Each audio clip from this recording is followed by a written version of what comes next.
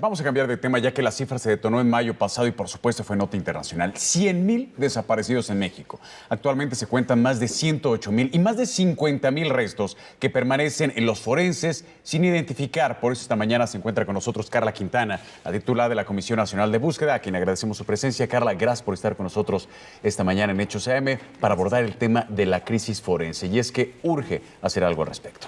Urge hacer algo al respecto. Efectivamente, 108,000 desaparecidos, al menos reportados, y esto hay que subrayarlo. Estamos hablando de una cifra oficial. Sabemos que hay mucha gente que no reporta, que no denuncia por miedo, por desconfianza a las autoridades.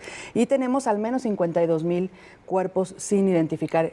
Hace un año exactamente estaba aquí el Comité contra las Desapariciones Forzadas, Roberto, tú te recordarás, y pues señala en su informe que emite en abril de este año que tenemos diferentes crisis, ¿no? La crisis en materia de desaparición, la crisis en materia forense, la crisis en materia de justicia y otras más en materia de prevención, ¿no? De seguridad, habla de diferentes, señala diferentes puntos. Pero específicamente en materia de desaparición y crisis forense, desde la Comisión Nacional de Búsqueda, pues estamos impulsando a través de la creación del Centro Nacional de Identificación Humana.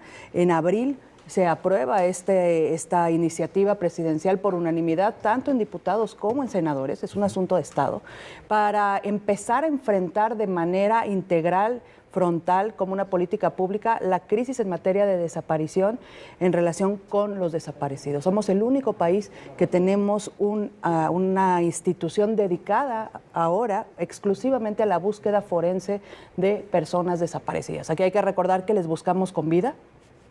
Queremos encontrarles con vida, pero también ante una crisis de esta magnitud tenemos que tomar medidas para enfrentar esta crisis. ¿Y cómo va precisamente, Carla, la creación de este Centro Nacional? Porque a menudo se habla de cómo uno de los principales obstáculos precisamente para obtener justicia es que no se comparte información entre estados, entre fiscalías, a nivel federal, estatal, etcétera. Entonces, ¿cómo va realmente ese trabajo en conjunto? Porque es una tarea titánica. Es una tarea titánica y aquí hay que recordar que son las familiares de personas desaparecidas, Lucía, quienes han impulsado la búsqueda desde hace décadas, literalmente, y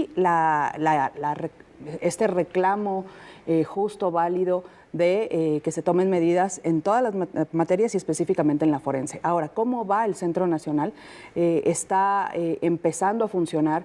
Tenemos gente contratada, un grupo de jóvenes científicos que van a ser entrenados y están siendo entrenados en una metodología que ha sido utilizada en los Balcanes, en Argentina, en Guatemala, en las Torres Gemelas, ¿no? Para buscar masivamente a todos. ¿A qué nos referimos con esto? Tenemos que analizar todos los cuerpos sin identificar que están, como ya lo decía Roberto, o en los servicios médicos forenses o muchos de ellos en las fosas comunes. Hablamos al menos de 52,000, pero sabemos que el número puede ser mucho mayor. Recordemos Jojutla y Tetelcingo, que se pensaba que había 30 personas y había más del doble. Entonces, ¿cuáles son los principales problemas? No se comparte información, no hay personal suficiente, los servicios médicos forenses que pertenecen a las fiscalías pues no tienen siempre todos los recursos y la idea ahora con el centro es trabajar de la mano con las fiscalías que quieran trabajar con nosotros, con los estados que se estén sumando a esta estrategia. Estamos construyendo ya en diferentes partes del país centros de resguardo temporal de cuerpos, es decir, no podemos empezar a trabajar abriendo fosas comunes si no tenemos en dónde guardarlos dignamente. Tenemos ya varios años desde la Comisión Nacional de Búsqueda trabajando a través de subsidios para construir estos centros. Tenemos centros de resguardo en Coahuila, en Tamaulipas, en Veracruz, en Nayarit, estamos ahora en Colima, en Sinaloa, en Jalisco, es decir, en diferentes estados para poder hacer esto. El Centro Nacional no es algo nuevo, insisto, ya es una experiencia comparada y aquí en México ya lo hemos impulsado desde hace un par de años en Coahuila y en Jalisco. Ahora, metiéndole un zoom al tema de las varias crisis que tú señalas y lo has señalado desde hace tiempo, en el tema de la forense para identificar a los restos. Sabemos que muchas veces el tema de los ADNs, ¿no? Que la gente va y entrega su ADN para decir, oye, pues a ver si encuentran a mi familiar dentro de los restos, que es el peor escenario, pero es una realidad. Y sabemos que la comisión va a hacer un levantamiento de este tipo de ADNs, porque en el reportaje que hicimos sobre las madres buscadoras, también identificamos estos escenarios donde decían, oye, es que, ¿qué crees? El ADN que tú entregaste hace años cuando empezaste empezaste a buscar a tu familia, ya se perdió, ya no sirve, nadie sabe dónde está. Y no se les informa, ¿no? Ellos nos dicen todo el tiempo que van por el país dando sus muestras de una gotita de sangre o de saliva, dando su ADN para buscar a sus hijos, cuando esto no debería ser así. Bastaría con que lo des una vez, se procese tu información y esté en una base de datos. Esto no es así, esto no sucede así. Diferentes instituciones, fiscalías estatales, la General de la República, entonces la Policía Científica, etcétera, etcétera, han hecho levantamientos en el país, Roberto, por muchos años y efectivamente no se sabe si esa información se procesa, se comparte, etcétera. ¿Qué vamos a hacer ahora?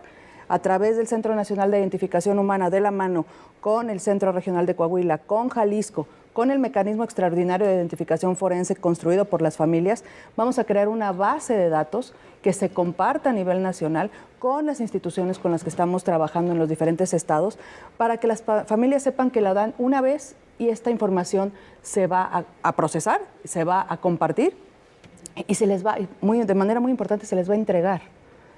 Muchas familias no saben qué pasó con esa muestra que se les dio. Hay que regresar con las familias y dársela. Pero otra cosa que es muy importante, Roberto, es que se acerquen en grupos familiares. Porque tú has dado seguimiento a lo que sucede en el país con las fosas clandestinas, con los cuerpos, con la crisis forense, y sabemos que muchos de las personas sin vida, sus cuerpos, pues están en una situación también de degradación por la forma en la que se les encuentra en muchas ocasiones.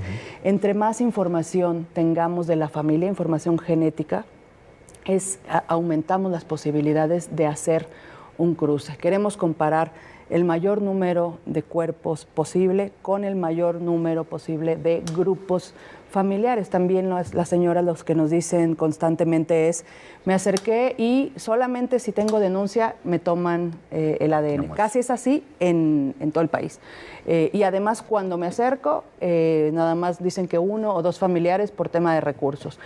Nosotros no requerimos denuncia, esto es importante para que nos estén escuchando, no es importante que hayan tenido una denuncia ante una fiscalía, no es importante que vayan en ayunas, el trámite es gratuito y lo que necesitamos es su información para seguir buscando a sus familiares. Ahora, Carla, también creo que una parte fundamental para que esto sea, pues de alguna manera, un éxito que siga avanzando es que se genere esa confianza de que se va a dar el tratamiento adecuado, sí, a su información, a estas muestras, pero también en el tema forense no podemos olvidar lo que hay detrás, es decir, ese primer paso cuando se da un hallazgo de un cuerpo. En ese sentido, también, ¿qué trabajo están haciendo ustedes en conjunto con las fiscalías y con estos primeros respondientes, los primeros que llegan a una escena, para que también se haga un buen manejo de este tipo de situaciones? Porque pues a menudo también vemos imágenes donde pues hay personas que están haciéndolo de manera, pues ahora sí que de facto, sin quizás el entrenamiento, la experiencia adecuada.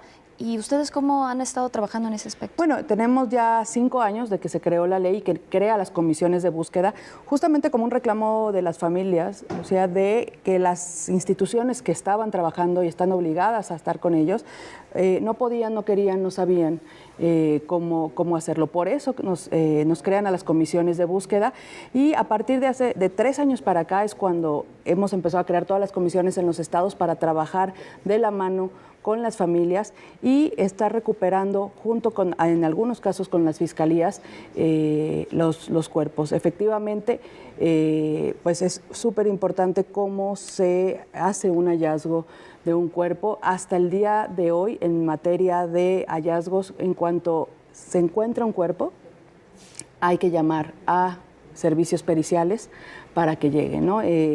Tenemos que estar pensando no solo en resolver la crisis forense hacia atrás, sino en cómo resolvemos hacia el futuro, ¿no? Medidas de no repetición y que, bueno, y evidentemente que ya no haya desapariciones y que ya no haya la necesidad de estar buscando a las personas. Un trabajo sumamente complejo que se complica aún más con la situación actual que vivimos en el país. Sabemos que van a estar en San Luis Potosí, en Colima y en Puerto Vallarta levantando estas muestras. Toda la información la estaremos presentando a través de nuestros portales, de nuestras redes sociales. Carla, te agradecemos la presencia Gracias y a éxito ustedes. en esta búsqueda. Muchas gracias. Al contrario, Gracias.